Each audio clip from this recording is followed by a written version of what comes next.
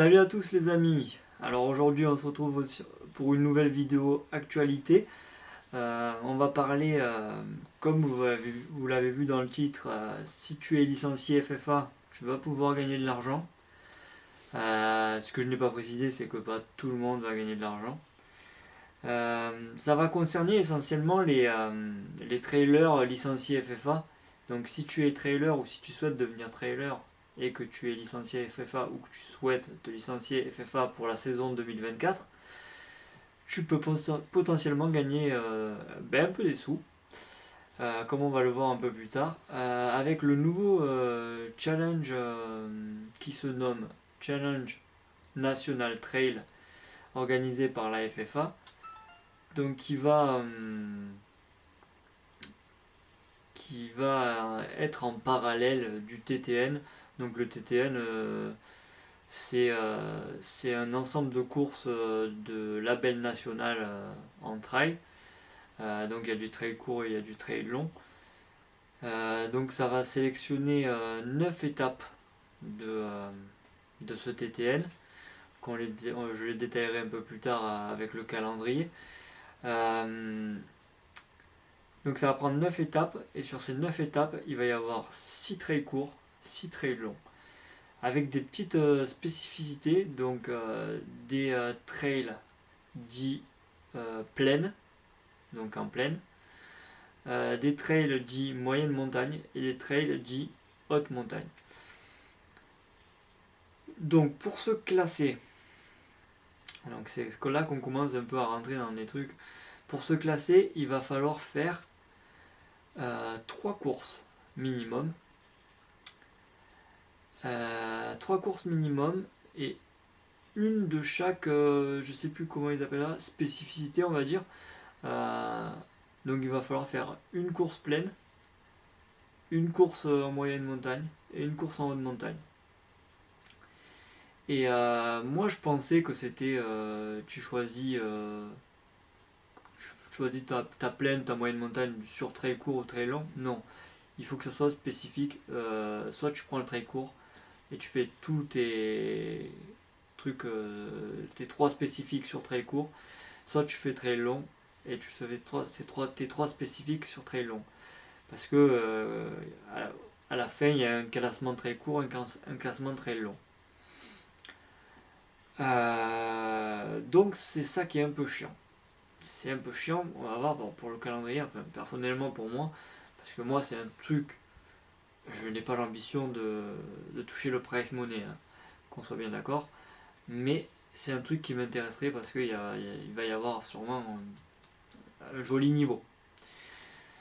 Et il va y avoir sûrement un joli niveau.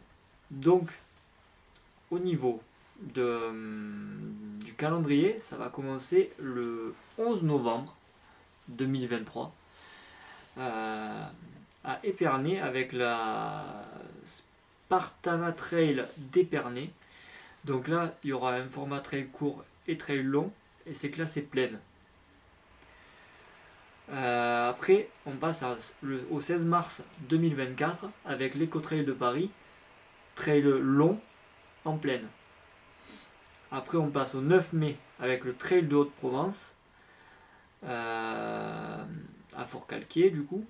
Trail court, moyenne montagne.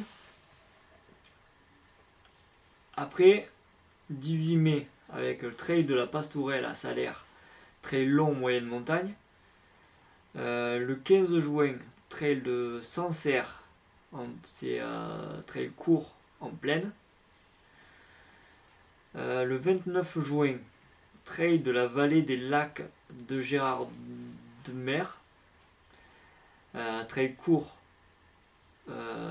trail court en haute montagne. Et il y a aussi le trail long, mais en moyenne montagne cette fois-ci. Alors, va comprendre pourquoi le trail long est en moyenne montagne et le trail court, c'est sûrement un ratio dénivelé kilomètre, sûrement. Je n'ai pas la spécificité des courses là, donc je ne pourrais pas vous le dire, mais c'est très bizarre. Sur le même endroit, on est en moyenne montagne et en haute montagne en même temps. Pourquoi pas. Après, le 13 et 14 juillet, trail des passerelles à Treffort. Il y a court et long là, tous les deux classés en haute montagne. Le 19 juillet, Loisan Trail Tour à l'Alpe d'Huez, trail court en moyenne montagne.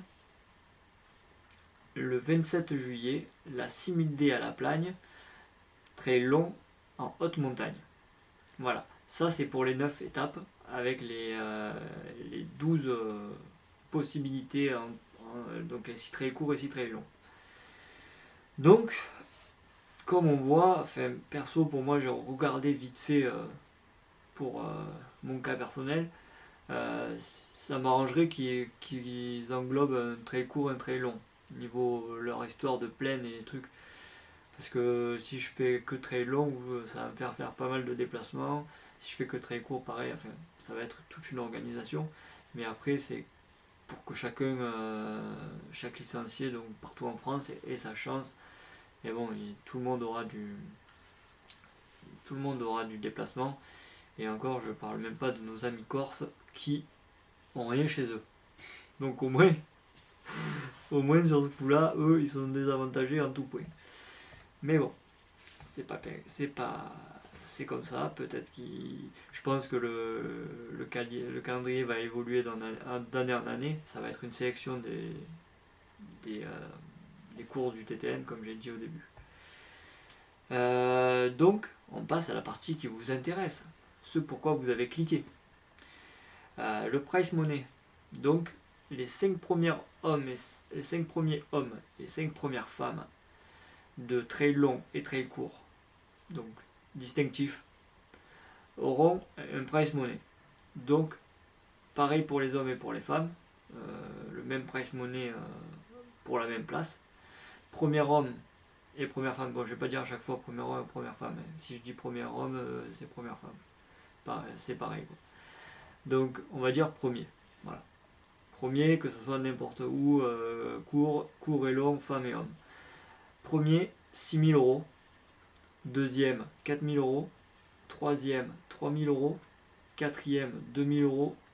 Et cinquième, 1 000 euros. Voilà. Donc, c'est des price money plutôt. Bon, c'est pas le foot, hein. Mais si tu as l'occasion et si tu as le niveau d'aller chercher ça, pourquoi pas. Après, il faut que ça s'implique, que ça s'imbrique dans ton calendrier.